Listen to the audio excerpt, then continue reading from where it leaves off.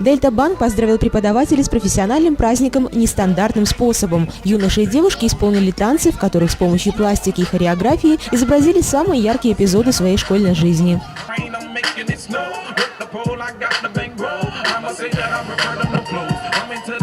Одесситы отметили, что идея проведения праздника Дельта Банком – отличный пример организации досуга детей и достойный вариант поздравления педагогов с их профессиональным праздником.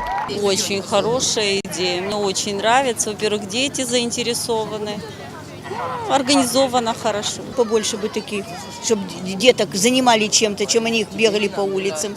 Мы приехали аж с Фонтанки. Для детей рада, чтобы был какой-то праздник, учителей поздравить этим же праздником, танцами.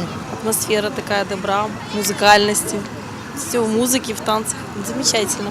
Чтобы быть хорошим преподавателем, нужно любить то, что преподаешь, и любить тех, кому преподаешь, говорил академик Василий Ключевский. В этом уверены современные ученики. Каждый школьник, не задумываясь, может назвать человека, который стал настоящим духовным наставником. Я учусь в школе номер 110, и у меня самый первый учитель Людмила Ивановна. Людмила Ивановна учила, как себя правильно вести, дала мне знания. Это, можно сказать, тот человек, который нас растит. Он дает нам знания, это как родитель.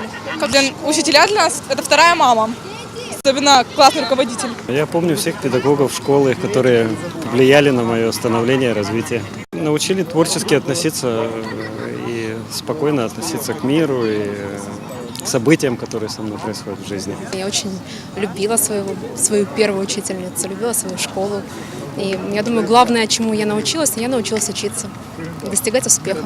Ранее Дельта Банк уже вручал педагогам премии, награду за подготовку победителей всеукраинских олимпиад по математике среди 11 классов районного уровня 2012-2013. А талантливые олимпийские призеры отдыхали в лагерях Дельта Кэмп и прошли бизнес-тренинги. Поддерживать развитие сферы образования банк планирует и в дальнейшем. Социальная миссия Дельта Банка – это поддерживать образование и стремление молодого поколения в Украине к знаниям.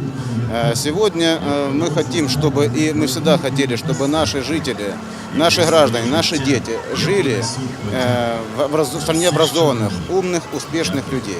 Мы сегодня показали на всю страну, что мы очень ценим, очень любим наших учителей, что учителя заслуживают благодарности нашего внимания, так как у них самая ответственная и самая важнейшая роль в нашей жизни – это воспитывать и ввести в жизнь наше молодое подрастающее поколение.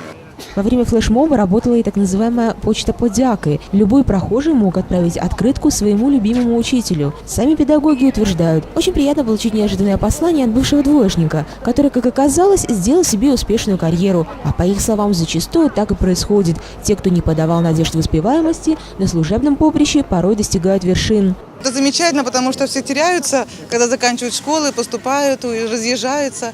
И когда встречают выпускников, бывает такое, что и найти друг друга не сразу могут. В завершении яркого уличного действия все участники выстроились в слово «спасибо». Подобные флешмобы одновременно прошли в Киеве, Львове, Днепропетровске, Одессе и Севастополе в рамках социальной инициативы Дельта Банка «Подяка за талант».